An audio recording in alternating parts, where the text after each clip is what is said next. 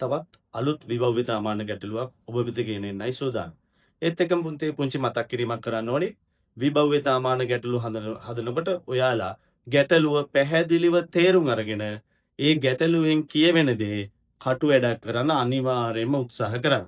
ඔයාලට කටු වැඩක් කරොත් නිවැරදි උත්තරේ ගන්න පුළුවන්. ඒ නිසා ඔයා මතක ඇතුව පැහැදිලිව දීලා තියෙන තොරතුරු ඔස්සේ කටු වැඩක් කරන්න උත්සාහ කරන්න.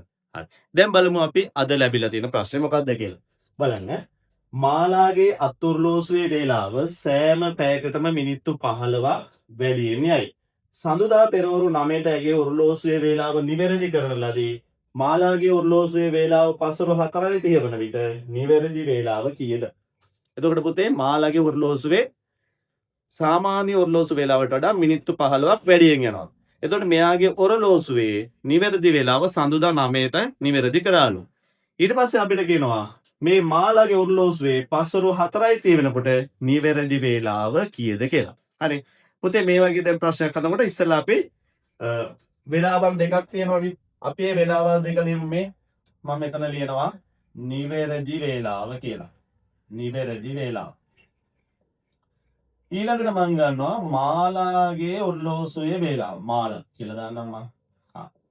දැන් පුතේ නිවැරදිව දෙකට සඳුදා උදේ 9ට මාලාගේ අත්ඔරලෝසුවේ වේලාව නිවැරදිව හදනවා. එහෙනම් පුතේ මේ බලන්න.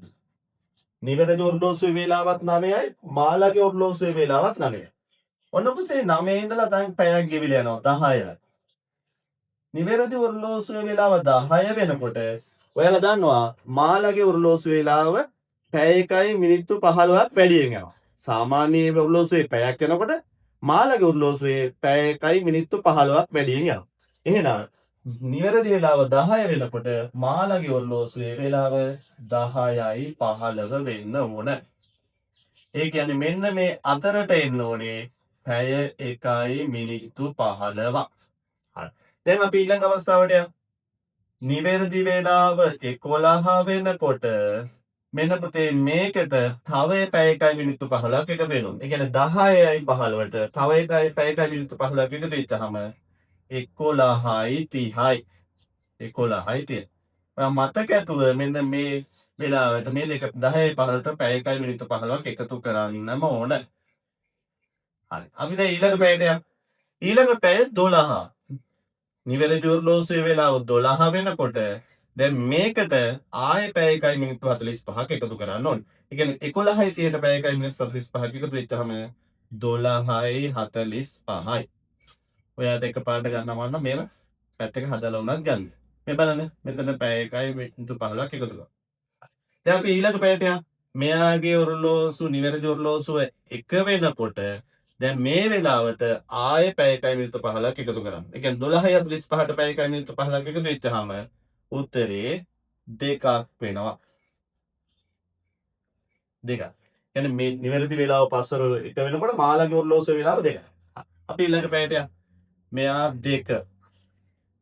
මෙයා 2 වෙනකොට පුතේ දැන් මෙතෙන්වත් පැයකයි මිනිත්තු 15ක් ආයෙ එකතු කරනවා. මේකට ආයෙ පැයකයි මිනිත්තු 15ක් එකතු කරනවා. එතකොට මෙයාට පැයකයි මිනිත්තු 15ක් එකතු කරා කියන්නේ 3යි 15යි. 3යි 15යි. අපි ඊළඟ පැයටත් යමු. ඊළඟ පැයට එතකොට නිවැරදි ඔරලෝසුවේ වේලාව 3. එහෙනම් දැන් මේකටත් ආයෙ පැයකයි මිනිත්තු 15ක් එකතු කරන්න ඕනේ. එතකොට 3යි 15ට පැයකයි මිනිත්තු 15ක් එකතු කරනකොට මෙන්න පුතේ අපිට ආවා පස්සරු 4යි 30. ඒ කියන්නේ නිවැරදි ඔරලෝසුවේ වේලාව පස්සරු 3 වෙනකොට මෙන්න මාලාගේ ඔරලෝසුවේ වේලාව 4යි 30. දැන් අපෙන් අහන්නේ මාලාගේ ඔරලෝසුවේ පස්සරු 4යි 30 වෙනකොට නිවැරදි වේලාව කීයද? මෙන්න පුතේ මාලාගේ ඔරලෝසුවේ වේලාව 4යි 30. නිවැරදි වේලාව කීයද? එහෙනම් පස්සරු 3. එහෙනම් පුතේ අපි ඉලි ගහන්න ඕනේ පස්සරු 3ට. පැහැදිලිද පුතේ හැමෝටම?